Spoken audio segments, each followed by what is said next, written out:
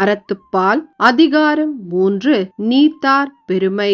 குறள் 27. சுவை, ஒளி, ஊறு, ஓசை, நாற்றம் என ஐந்தின் வகை தெரிவான் கட்டே உலகு. திருவள்ளுவர்கிட்ட ஒரு பழக்கம் உண்டுங்க. என்ன அப்படின்னா, வரிசையாக சிலர்கிட்ட சொன்னார்னா ஆக மொத்தம் எவ்வளவு அப்படின்னு சொல்லி இந்த மொத்த டோட்டல்னு நம்ம ஒரு வார்த்தை சொல்லுவோம். அது மாதிரி முதல்ல சொல்லிக்கிட்டு வர்றதெல்லாம் எண்ணி என 5 என 4 என 3 சொல்லுவார். மெய், வாய், கண், மூக்கு, செவி என்ற ஐம்பொறிகள் மூலமாக புலன்களை நுகர முடியும் நம்மால்.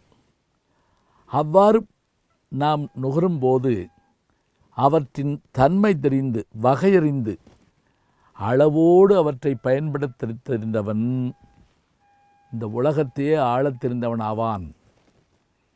ஏனென்றால் இந்த உலகமும் பஞ்சபூதங்களால் ஆனது. நிலம், நீர், நெருப்பு, காற்று, ஆகாயம் 5ஆல் ஆனது. சுவை, ஒளி, ஊறு, ஓசை, நாற்றம் என்று 5இன் வகைதிரிவான்கட்டே உலகு. இந்த 5 இந்த 5ஓட பொருத்தி பாருங்க. நிலம் நுகர்தல், சுவாசிக்கிற மாதிரி வாசனை பார்க்கிறது மூக்கு. நீர் சுவைத்தல், நெருப்பு பார்த்தல், காற்று உணர்வு மெய்யில் உணர்றது. அப்புறம் ஆகாயம் ஓசை கேட்டல், இடி ஓசை கேட்குறோம் இல்லையா? அப்போ ஆகாயத்தின் ஓசையை கேட்கின்றோம், நெருப்பின் தன்மையை பார்க்கின்றோம், நீரின் தன்மையை சுவைக்கின்றோம், நிலத்தின் தன்மையை நுகர்கின்றோம், காற்றின் தன்மையை உணர்கின்றோம்.